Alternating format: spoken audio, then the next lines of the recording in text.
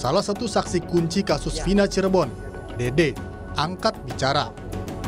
Dalam wawancaranya di kanal YouTube Deddy Mulyadi, Dede mengungkap kesaksian dari keterangan saksi kunci Aep dan dirinya dalam BAP yang pada akhirnya menjerat 8 orang jadi terpidana. Beberapa hari pasca pembunuhan Vina dan Eki, Dede mengakui Aep meminta dirinya untuk diantarkan ke Polres Cirebon untuk jadi saksi dalam kasus hilangnya nyawa Vina dan Eki. Saat itu Aep meminta dirinya untuk turut pula bersaksi. Setelah dia diantar ke Polres, terus apa yang dilakukan? Ya, saya tanya mau ngapain ke sini? Ini buat jadi saksi. Saksi apa? Kata saya. Saksi itu kejadian yang meninggal anaknya Pak Rudiana, kata saya. Nah, saya bilang sama kan kita nggak tahu apa-apa, kata saya. Kenapa jadi saksi? Udah, ntar ikutin. Dede juga mengakui bahwa keterangan yang diberikan saat proses BAP tidaklah benar. Ia mengaku kesaksiannya tersebut telah diarahkan lebih dahulu oleh Aep dan Rudiana. Setelah masuk ke ruangan? Di BAP, Pak. Tapi kan sebelum masuk ke ruangan kan dibilang dulu, Pak, kamu bilang aja lagi nongkrong di warung, ada orang nongkrong segerombolan anak-anak, melempar batu, bawa bambu, nah, terus sama pengajaran itu udah diomongin dari luar dulu, Pak. Siapa yang ngomongin itu? Ya yang ngomongin itu kan pertama Aep ngasih tahu, Pak. Oh, yang ngarahin bahwa kamu menyaksikan ada anak-anak melakukan pelemparan, kemudian pakai batu, bawa bambu. Nah, yang ngarahin pertama itu siapa? Aep sama Rudiana ngasih tahu ke saya, Pak. Dua-duanya. Pengakuan Dede memang masih harus diuji. Namun jika keterangan Dede itu benar adanya, tentu bisa membuka babak baru.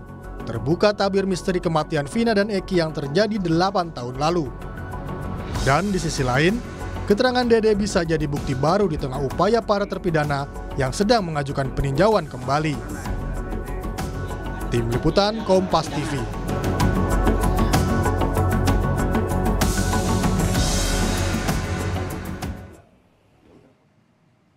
Sementara itu, kuasa hukum Ibtu Rudiana Pitra Romadoni membantah keterangan saksi kunci Dede yang menyebut keterangannya saat di BAP diarahkan oleh Rudiana. Pitra mengatakan keterangan Dede tidak benar dan fitnah. Keterangan yang disampaikan oleh Dede terhadap klien kami, Bapak Ibtu Rudiana, adalah hoax dan tidak benar, dan kami pastikan keterangan yang disampaikan saudara Dede ini yang menyatakan ia disuruh oleh Ibtu Rudiana untuk memberikan keterangan tidak benar, itu adalah keterangan yang tidak benar dan fitnah terhadap diri Bapak Ibtu Rudiana. Kita semua bersabar dan menyerahkan sepenuhnya kepada penegak hukum, dalam hal ini pihak kepolisian. Jangan kita mendahului proses penyidikan. Lantas apakah kesaksian dari Dede yang merupakan saksi kunci kasus Vina bakal berujung pada upaya hukum? Kita ulas bersama pakar hukum pidana Prof. Hipnu Nugroho. Selamat malam, Prof. Selamat malam, Mas. Terima kasih sudah bergabung di Kompas TV. Prof, sebelum saya mulai, saya mau bacakan dulu dari YouTube channel itu di menit 29 detik 24, di mana ditanyakan oleh Deddy Mulyadi, mengatakan ditanya kesaksian kamu palsu nggak, dan dijawab oleh Dede kesaksian saya palsu, tetapi disuruh oleh Aep dan Rudiana. Tanggapan Anda dengan kesaksian yang baru ini? 2016 beda, 2024 beda. Tanggapan Anda, Prof? Ya, kesaksian palsu itu adalah suatu keterangan yang di bawah sumpah di persidangan tidak seperti keadaan yang sepertinya. Oleh karena itu ini harus memenuhi syarat subjektif, syarat objektif. Syarat objektif adalah suatu perkara ternyata tidak betul disampaikan, dan syarat subjektifnya sengaja. Tapi sekarang pertanyaannya begini, Mas, kita tidak bisa percaya begitu aja. Di persidangan keterangan itu diuji. Keterangan saksi itu diuji antara satu saksi dengan saksi yang lain, antara saksi dengan bukti yang lain, antara bukti satu dengan bukti yang lain. Konfrontasi itu ada. Pertanyaannya apakah seperti itu? Ini yang juga harus kita perhitungkan. Oleh karena itu dalam konteks seperti ini, Dede dan Aep seandainya itu betul, wah ini nanti bisa kena pasal 291 kaitannya memberikan keterangan palsu di bawah sumpah.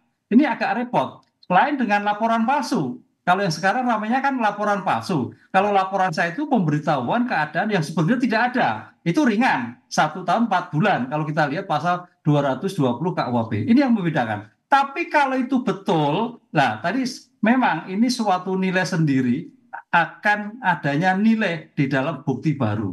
Tapi menurut saya kok tidak semudah itu ya. Karena walaupun 2016 saya kira persidangannya juga cukup ketat, menilai bukti juga demikian ketat, konfrontasi bukti juga demikian, ya. Tapi coba kita lihat ya, kita lihat objektif karena persidangan itu juga persidangan yang cukup serius ya, hakimnya juga hakim majelis kan 3 kan, apa semudah itu Mas? Ini yang kita perdebatkan, mudah-mudahan ada klarifikasi nantinya. Atau memang kalau betul ada nilai tersendiri begitu. Oke, Prof, tapi kan ini kesaksian di luar BAP, di luar proses hukum, dalam arti menyampaikan ke media sosial, menyampaikan melalui media sosial. Apakah memang bisa digunakan kesaksian seperti ini, Prof? Ya, kesaksian yang seperti itu memang tidak bisa digunakan kan. Itu kepada pernyataan pribadi kan. Pernyataan pribadi. Oleh karena itu dalam hal ini masih diuji kembali. Tapi kalau itu memang betul nanti sampaikan salah, keliru, itu ada pihak yang dirugikan pasti akan melaporkan bahwa keterangan yang disampaikan keterangan palsu. Ini sudah ancaman tersendiri, Mas. Jadi Mas Dede Aib itu sudah bagian dari memang memberikan jalan yang terbaik demi terbukanya kasus ini, tapi paling tidak berisiko bagi dia sendiri karena apa yang diberikan keliru. Kan gitu loh. Prof, apakah memang dengan kesaksian ini bisa dimanfaatkan oleh para terpidana dalam arti mungkin saja untuk meringankan pidana mereka atau bagaimana, Prof? Karena memang ini sebuah kesaksian yang baru yang kalau kita bisa lihat bahwa ini justru meringankan para pidana. Ya, kesaksian baru itu kalau kita lihat adalah bukti langsung.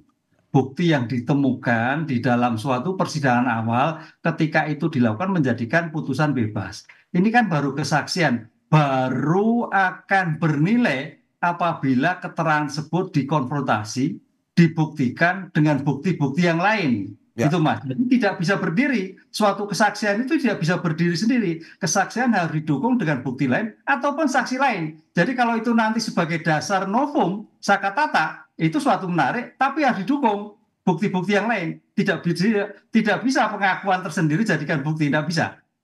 Oke, Prof, apakah dengan kesaksian ini perlu ada persidangan baru atau cukup di peninjauan kembali atau di PK? Ya, karena ini sebagai bentuk PK, di PK tersendiri. Kan gitu. Tapi kalau persidangan baru adalah terkait laporan keterangan palsu tadi. Nah itu baru terhadap yang memberikan keterangan ternyata tidak betul. Itu suatu yang tersendiri nantinya. Jadi tampaknya memang perkara ini jadi lari kemana-mana Mas. Kalau nanti diikuti masing-masing pihak itu. Oke, Prof, kalau kita berbicara soal ini, bagaimana pada akhirnya polisi mencari tahu kebenaran dari kesaksian ini? Karena muncul banyak kesaksian-kesaksian dan akhirnya muncul yang terbaru ini adalah Dede. Nah, bagaimana akhirnya polisi ini mencari tahu kesaksian ini apakah betul atau tidak dan bisa dipakai untuk di pengadilan nanti? Ya, semuanya bisa dipakai apabila didukung dengan bukti-bukti yang akurat. Apa itu bukti yang akurat? Adalah saintifik. Sekarang kalau bukti saintifiknya tidak kuat, makanya keterangan itu saya kira belum kuat juga. Saintifik itulah yang harus dilakukan untuk menangkal keterangan yang digal. Atau juga untuk meluruskan apabila keterangan itu betul. Disinilah bukti-bukti akurat saintifik sangat ditentukan. Sepanjang itu agak sulit. Masing-masing saksi akan memberikan keterangan dengan versinya sendiri-sendiri, dengan situasi keadaannya sendiri-sendiri, Mas. Ini yang saya kira Polda Jawa Barat harus betul-betul menguji dengan adanya saintifik itu, kaitannya CCTV, kaitannya HP, dan sebagainya, untuk membuktikan bahwa keterangan-keterangan yang sampai diberikan itu ada betulnya, dan juga mungkin ada tidaknya. Karena berdasarkan bukti tadi, begitu. Oke, Prof, ini dari si Dede-nya sendiri, Prof. Apakah mungkin bisa Dede ini dengan kesaksian yang baru, ini bisa dijadikan justice collaborator atau JC? Nah, itu lain lagi. Nah, ini saya kira sebagai hal yang baru, Mas. Jadi kalau memang itu betul, apa yang disampaikan dia mempunyai bukti yang bisa mengkorelasikan, bisa masuk sebagai justice kolaborasi. Artinya membantu mengungkapkan suatu perkara. Ini saya kira banyak versi, bisa membantu, bisa membuka, tapi juga bisa menjadi permasalahan sendiri bagi yang menyampaikan tadi. Ini yang harus kita perdebatkan dalam segi ilmu hukum yang masing-masing pihak ketika tidak terima apa yang disampaikan di dalam suatu persidangan. Ya, Prof, kalau melihat ini seperti kesaksian Dede tadi, dia mengatakan bahwa dia diminta, bukan dalam arti bahwa dia melakukan itu sendiri. diminta oleh dalam kesaksiannya Aib dan juga Ibtu Rudiana untuk bersaksi seperti ini. Apakah mungkin bisa meringankan dia? Dalam arti bahwa tadi kita sudah singgung terkait dengan kesaksian palsu. Agak sulit ya, agak sulit karena diberikan ini di luar persidangan. Harusnya disampaikan dalam satu persidangan.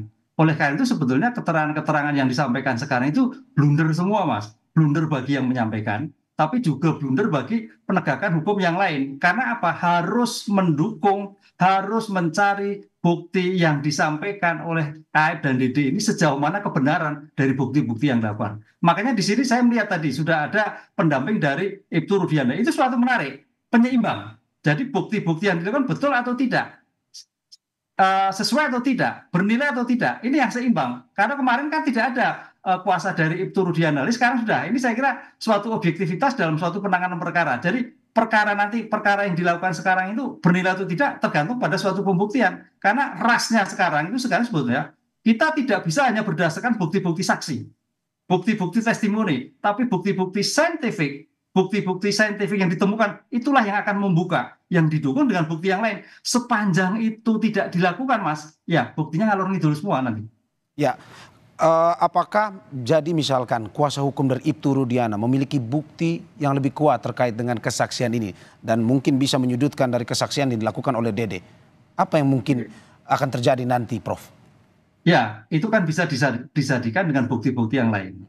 Kan dengan keterangan-keterangan yang lain. Makanya di sini saya kira suatu seimbang sekali antara bukti-bukti penasihat hukum itu dan penguasa dari Dedi. Nanti akan imbang. Dari Rudiana berdasarkan bukti-bukti yang disampaikan oleh Polda, dari Dede disampaikan adalah keterangan yang dia ketika 8 tahun yang lalu. Ini suatu yang menarik. Oleh market itu, mana yang benar? Ya, nanti di persidangan. Mana yang benar? Apabila ada korelasi. Mana yang benar? Apabila ada suatu interaksi antara bukti satu dan bukti yang lain. Sepanjang terpisah, tidak mempunyai kualifikasi bukti. Karena dalam asas hukum ada testimoni dari keterangan dari orang lain, bukan mempunyai suatu bukti yang kuat. Oke, Prof, penegasan terakhir, Prof. Berarti menurut Prof, kesaksian dari Dede ini tidak terlalu kuat atau tidak terlalu cukup buktinya? Ya, masih perlu dukungan bukti yang kuat. Karena baru keterangan saksi, baru keterangan sepihak. Karena dalam suatu keterangan saksi apalagi disampaikan di suatu persidangan, saya kira hakim akan melihat korelasi antara saksi Dede dengan saksi yang lain. Dan dukungan bukti yang kuat, Prof, seperti apa, Prof? Ya, bukti disampaikan di persidangan. Kan kita lihat alat bukti itu kan ada keterangan saksi, keterangan ahli, surat petunjuk. Barang bukti yang ditemukan ketika itu dalam suatu persidangan, bernilai atau tidak, itu kembali pada 184 KUHP, jenis-jenis alat bukti yang mendukung dari keterangan saksi yang ada. Ini yang saya kira harus di-compare dengan pembuktian sehingga kualifikasi bukti itu bernilai dan tidak bernilai. Oke, Prof, kesaksian makin muncul, kesaksian demi kesaksian, dan kita ikutin terus kasus ini dan kita harapkan memang seterang-terangnya akhirnya terbuka terkait dengan kasus Vina dan Eki ini. Terima kasih Prof Ibnu Nugroho sudah bergabung dengan Kompas TV.